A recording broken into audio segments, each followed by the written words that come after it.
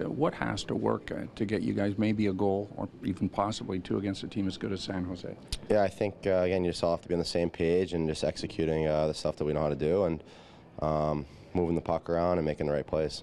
Could the game against Tampa been drastically different if just a goal goes in? Does a complexion change in a game as tight as that was? Yeah, it was definitely a pretty evenly matched game, I thought. Obviously, they capitalized on a few of their chances and we didn't, and that was the difference. But yeah, anytime you can get one in there, maybe even earlier in the game, changes the dynamic of the game for sure.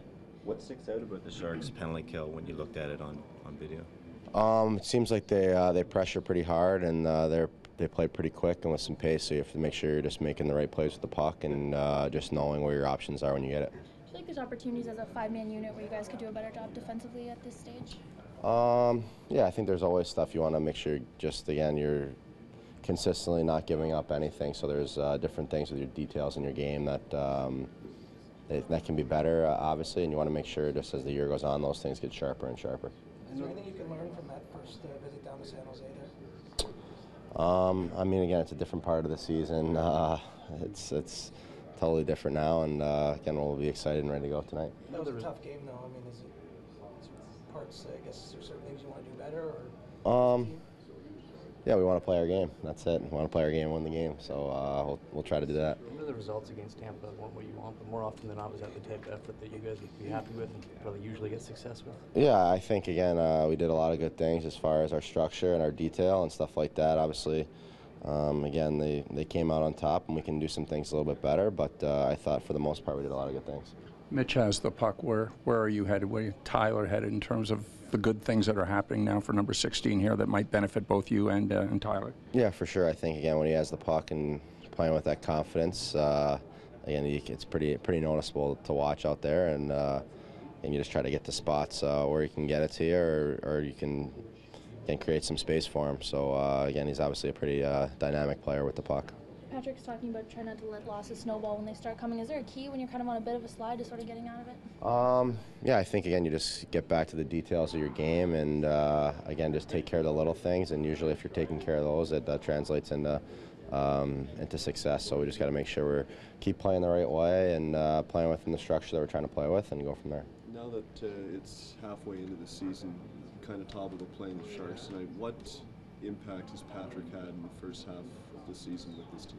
Yeah, he's been great. I think pretty much as advertised. Again, he's just, I think, a real steadying presence for our team.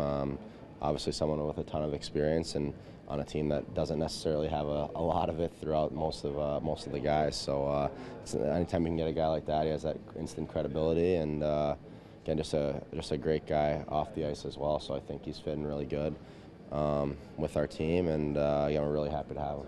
Is there a little extra motivation when one of your teammates is going against a former team, or is that overstated? I think in the first year, it's for sure. There's definitely some of that. I mean, obviously, he spent a great chunk of his hockey playing life playing out there, and now he's decided to join us, which we're thrilled about. So again, obviously, you want to make sure you have a good game as well for that reason too.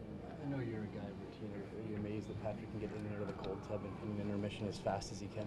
Yeah, I remember actually when I was playing in Philly that Jody Shelley mentioned that to me, that he liked to do that, and I didn't really think much of it until I saw him playing his first game with us here, and he's just jumping in there in the cold tub to give his body a little shock before the third period. But again, whatever works. I mean, he finds what works for him, and I mean, he can't really argue with success he's had with it.